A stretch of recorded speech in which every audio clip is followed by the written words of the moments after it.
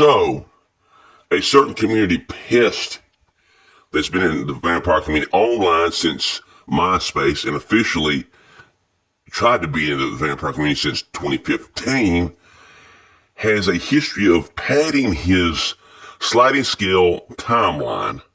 He's used information when it comes to Blood Nightchild's time in the vampire community to pad his own history, while at the same time turning around using it to mock Blood Nightchild.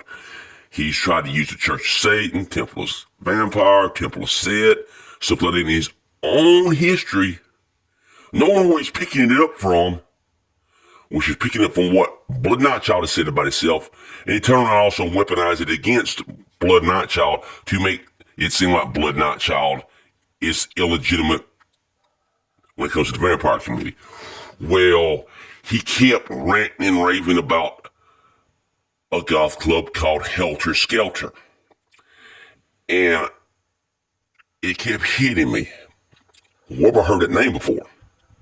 I've read that about that name before. And I remember friends of mine back in the day that I pen and paled with telling me about it, but I knew I'd heard it from other sources as well.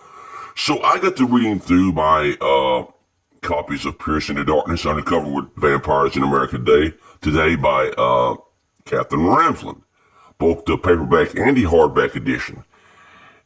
And sure as night precedes daytime, what do you find? You find Helter Skelter mentioned in Piercing the Darkness, Undercover with Vampires in America Today by Catherine Ramsland. Which leads me to conclude even further that Damian Sebastian Nightwalker is using any and every bit of source material and information he can to build his persona.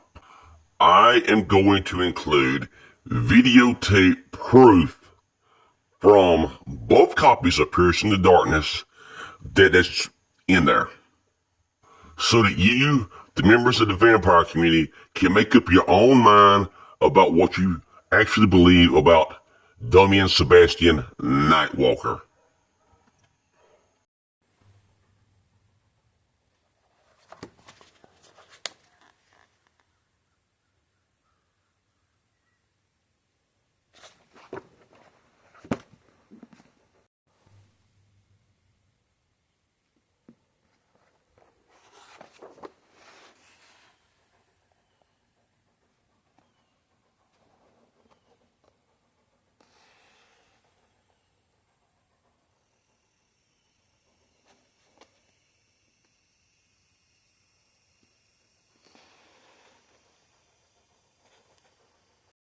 So, given Damian Nightwalker's sliding scale approach to being in the vampire community and his last claim, which I covered, which was that his mommy told him there wasn't a specific date she had given, but that he had been born a vampire. So basically, she couldn't tell him when he awoke as a vampire, but that she could verify that he was born a vampire.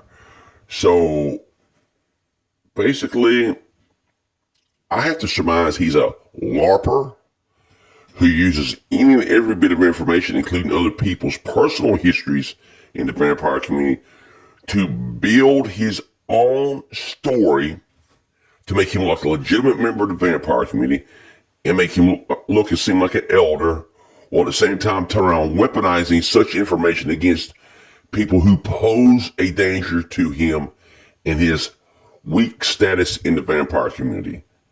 That way, he ruins them before they expose him. Even if they're not worried about exposing him. Even if they're not worried about him. Because he's not a real vampire. He's not a real member of the community. He's not a real elder in the community. He lives in constant fear of somebody even accidentally exposing his lies.